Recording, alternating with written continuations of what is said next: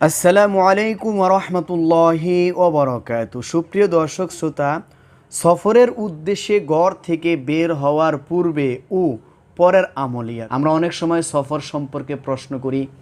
সফরে গেলে আমরা নামাজ কিভাবে কাজা করব, নামাজ কিভাবে কসর করব, কিভাবে আমরা নামাজ পড়ব এবং কতদিন থাকলে কসর করতে হবে, এরকম কিছু আমলের রয়েছে।